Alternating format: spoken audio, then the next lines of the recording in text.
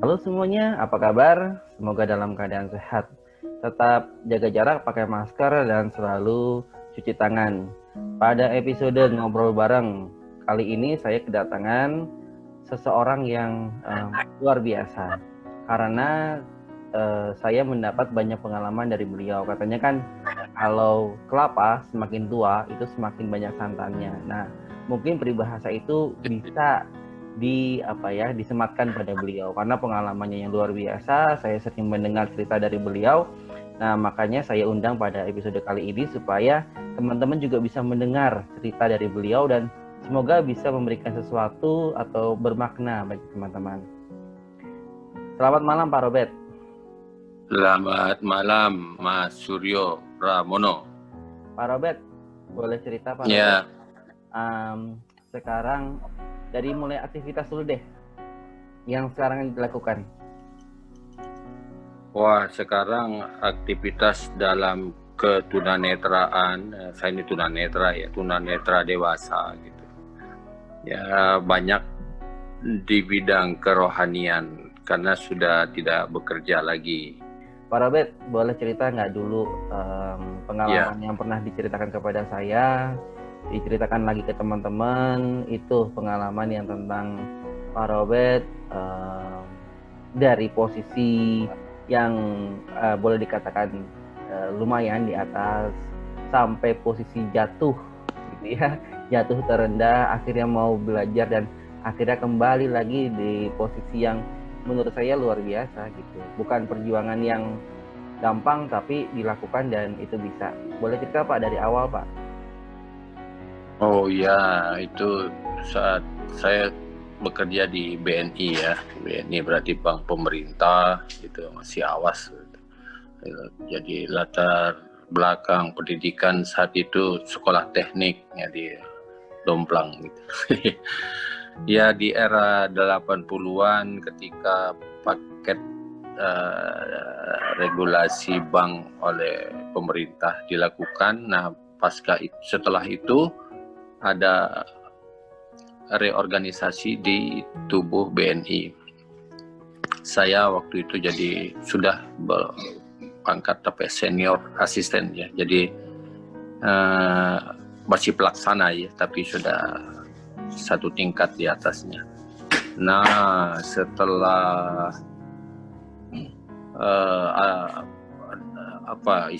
reorganisasi itu, saya mendapatkan surat keputusan dan saya ditempatkan di posisi sebagai operator AC sentral. Melorot banget. Ya bukan main-main ya Pak, dari senior asisten menjadi operator AC sentral. Ya, karena barangkali latar belakang gitu, karena saya bilang, waduh, ini sebenarnya tugas teknik ya, itu golongan 1, golongan 2 itu. Tapi ya sudahlah, saya terima ya, itu sebagai ya sesuatu. Tapi saya tanya, terus gimana? Karena kan saya punya gaji kan, si senior saya bilang, oh tidak berubah, hanya jabatan saja yang turun. Tapi ya syukurlah gajinya tidak diubah. Nah, disitulah istilahnya pergulatan itu dimulai. Seperti itu, Mas Suryo. Iya, ya Pak, lanjutkan dong Pak ceritanya. Ya, saya kan di operator AC sentral itu dulu dikontrakkan, jadi saya belajar dulu dari beliau selama 1 bulan sebelum dia di resign gitu ya, karena kontrak habis gitu. Oke, saya belajar, akhirnya saya tahu cara pengoperasiannya. Jadi saya kalau ke kantor itu pada saat sudah settle di situ, sebelum kantor mulai dibuka, saya sudah datang untuk menyalakan AC-nya, karena kantor saya itu di Makassar 3 lantai, maka saya tiga-tiganya itu diyakinkan suhu sudah dingin agar pegawai dan nasabah yang datang itu bisa nyaman gitu.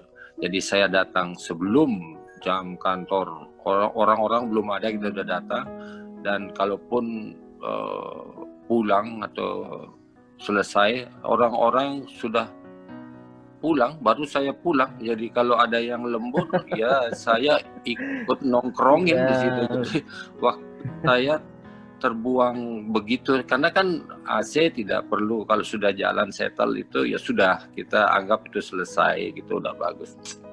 Nah, saat itu saya berpikir, waduh, sebulan saya begini terus, pekerjaan ini tidak maju-maju nih. Udah, saya melihat satu, karena setiap hari saya ke kantor tuh pakai motor saat itu ya. Lihat, ini ada tempat kursus bagus nih, Lembaga Pendidikan Komputer Indonesia Amerika, LPKIA gitu kan. Tidak jauh dari kantor itu, kira-kira ada ya 200-300 meter, sudah saya ikut mendaftar di sana. Tetapi dalam konteks saya masih dalam jam kerja, kontrak kerja. Itu resikonya besar. Jadi Bapak mengambil resiko meninggalkan jam kerja untuk belajar komputer, kira-kira gitu ya? Betul sekali. Itu resiko besar. Saya cari akal, saya ajarkan satu cleaning service gitu, anak office boy itu cleaning service untuk hal teknis seperti ini, kecuali hal yang sangat mendasar, ada gangguan, panggil saya gitu. Nah, saat itu belum ada handphone, jadi karena tapi dekat jaraknya. Kalau listrik padam, panggil saya gitu, biar saya nyalakan gensetnya gitu.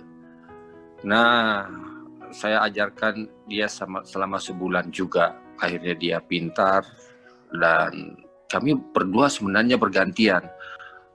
Bagus dalam arti karena cleaning service itu kan datang lebih awal, pulang pun juga lebih akhir.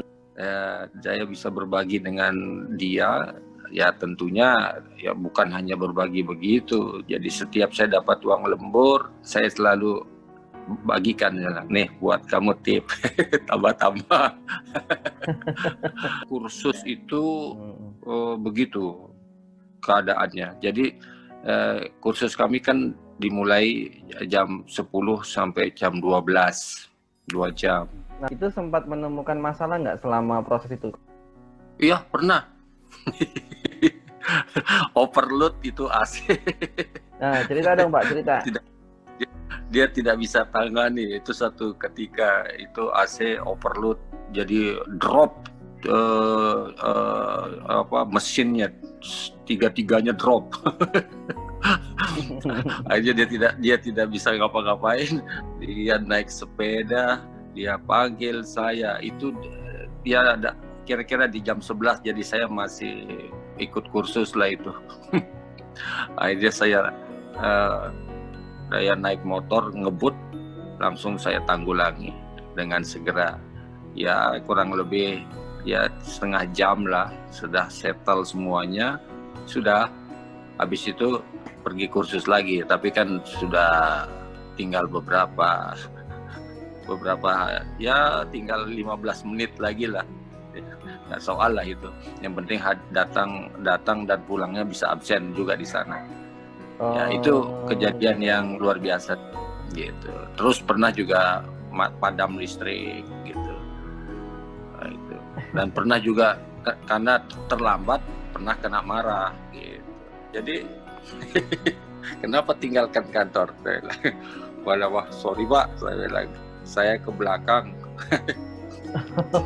Jadi itu seperti apa ya?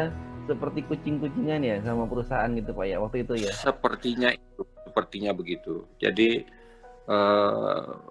ya itulah keunikan saya untuk menerima jabatan yang ya sebenarnya orang teknis saja ya kalau saya bilang tuh tukang cleaning service ya bisa gitu loh, saya bilang ya, kenapa dikasih ke saya gitu.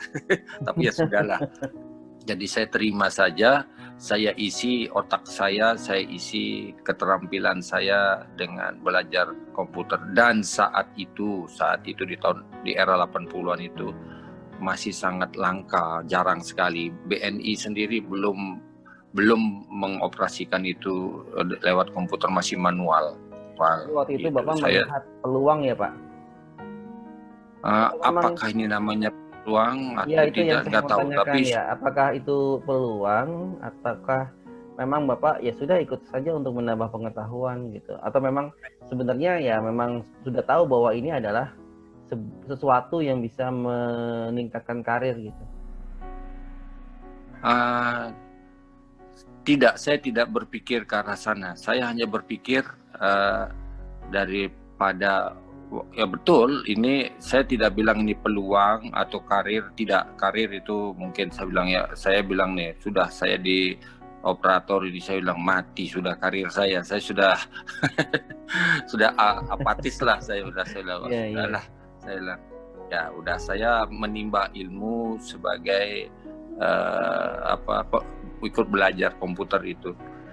Ya untuk salah satunya menghilangkan kejenuhan di kantor, karena kan kalau sudah settle jam kerja itu mengapain, mondar-mandir, baca buku, waduh buku apa mau dibaca gitu. Ya akhirnya ya sudah, sampai programmer tingkat 2 baru saya tidak bisa mengatur waktu dengan kuliah. Dan saat itu juga saya ikut kuliah juga. Jadi kerja sambil kuliah. Kerja sambil kuliah plus karena komputer gitu. Iya, itu dilakukan kan kuliahnya sore. Kuliahnya sore jam 4 gitu ya. Saya udah pulang kantor lah itu. Tapi agak jauh kuliahnya gitu. Dan itu dilakukan selama saya ada sebagai operator AC itu. Nah, berjalannya waktu, akhirnya tidak bisa dua-duanya harus diselesai. Jadi saya harus mengorbankan kursus komputer ini. Jadi di programmer tingkat 2 saya berhenti karena kuliah juga saat itu udah menjelang akhir gitu ya. Jadi kesibukannya luar biasa. Harus KKN, KKN itu juga berat. Iya. Dan jujur saya bilang, waduh ini sudah nasib saya ini. Kan saya orang teknis, ini bank, berarti cocok lah saya di sini. Ya sudah, karir saya sudah di sini saja. Jadi apatis lah saya saat itu. Tapi saya tidak seapatis yang saya pikirkan, tetapi saya masih bisa ikut kursus komputer, saya masih bisa kuliah. Lanjut Pak, apa yang terjadi berikutnya? Ini yang seru. Nah,